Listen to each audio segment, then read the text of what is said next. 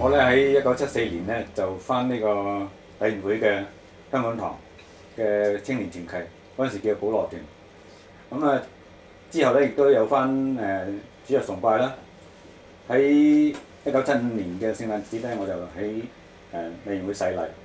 咁76年咧就同阿容娟結婚。咁之後咧就生兒育女啦。咁一家四口咧就從此咧都喺呢個禮賢會咧一路路咁崇拜，直至到而家。咁我哋喺禮賢會咁多年咧都有之後咧都有侍奉，咁直至到而家都有侍奉。咁仔女睇到我哋嘅榜樣咧，佢哋之後亦都有參加到侍奉。咁希望我哋一家咧都真係繼續為神工作。喺呢個2006年嘅11月15號咧，就收到一個前列共振嘅報告咧，就證實咗我係有胰臟癌，而且係擴散到腹部、腹膜同埋個小腸，滿肚都係腹水。咁當陣時嘅醫生咧就話我係只有5、6個月命啫，如果有併發症嘅話咧，仲會快啲。咁當陣時咧真係好彷徨、好無助，即係都唔知點樣先可以掌握到將來。當日咧就剛剛係星期3，咁容娟咧就打電話返教會，咁喺教會嘅祈禱會咧就傳開呢個消息，一齊為我祈禱。咁跟住咧嗰個禮拜日咧就通知咗所有嘅教牧同工、長老執事，同時亦都喺個崇拜度咧個家事嗰度亦都係講咗呢個消息出嚟，所以好多弟兄姊妹都知道呢個消息，都係為我祈禱。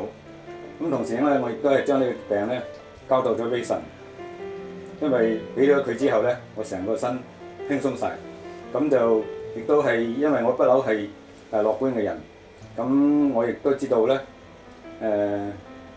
聖經咧已經係有一個藥俾咗我噶啦，就係喜樂的心乃是良藥。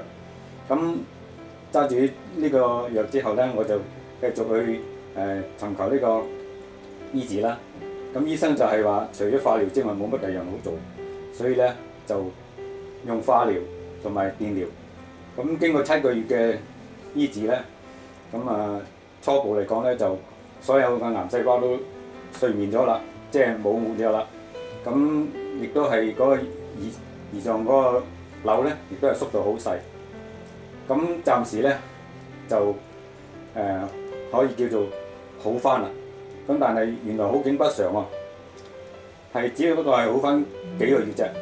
咁半年之後就復發。咁呢一次咧比第一次咧更加震撼，因為原來真係冇得醫嘅。醫生就話俾我聽係可以講係永遠醫唔好。咁但係都係要接受呢個事實啦。咁之後咧亦都係復發過2、3次，直至今年嘅3月咧就第3次嘅復發。咁亦都唔可以用翻以前嗰啲針藥啦。咁個私家醫生都非常之好，就轉用咗隻係比較霸道啲嘅第3線嘅藥。咁但係咧就唔係好危險嘅。咁但係咧亦都係非常之貴。咁佢又同我開始2針之後咧，就好巧妙咁樣轉咗翻去政府度繼續醫，而政府咧亦都肯根據佢嘅醫法咧一路咁醫落去。咁我哋而家咧就跟住個3、4、5、6針咧都會喺政府度打。咁情況咧暫時都係叫做穩定。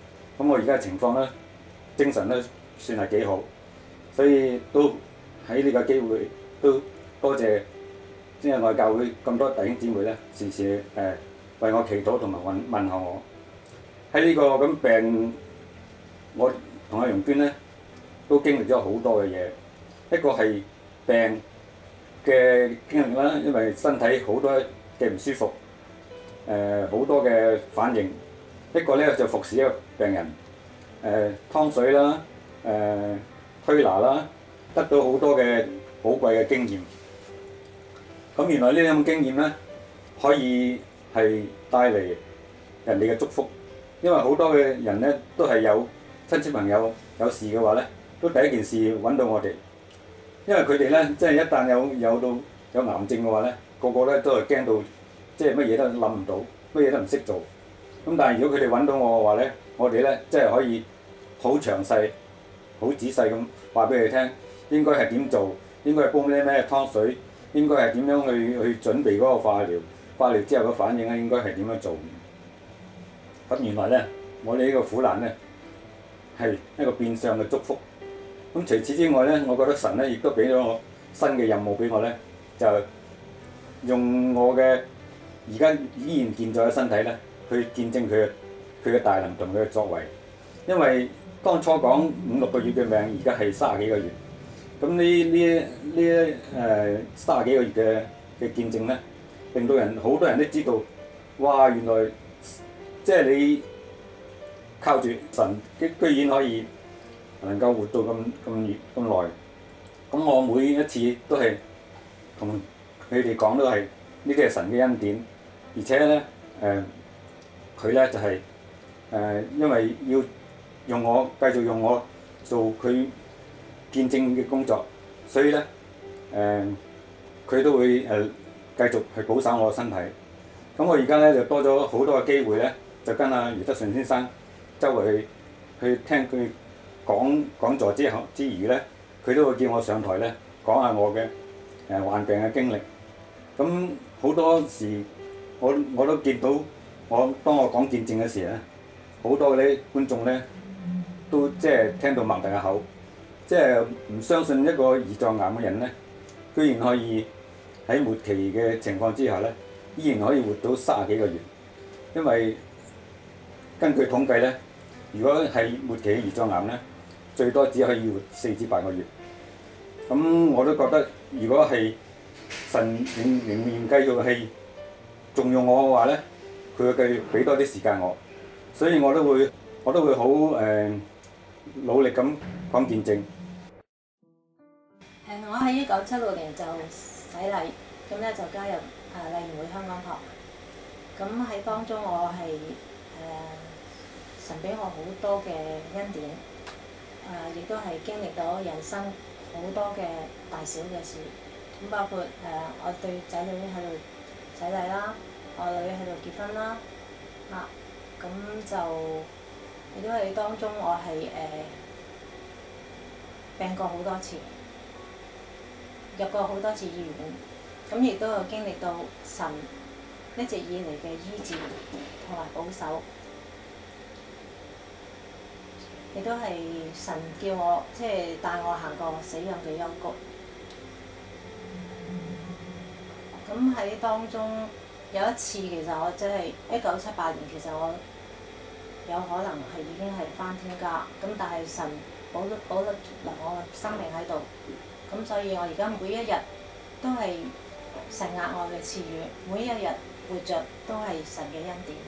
而家每一日朝頭早擘大眼就已經好感恩，見到我體證都仲喺度，我更加係感恩，因為06年年尾嗰陣時，醫生曾經宣判佢得返5、6個月命，但係到而家已經超過33個月，實在真係睇到神好大嘅恩典喺當中，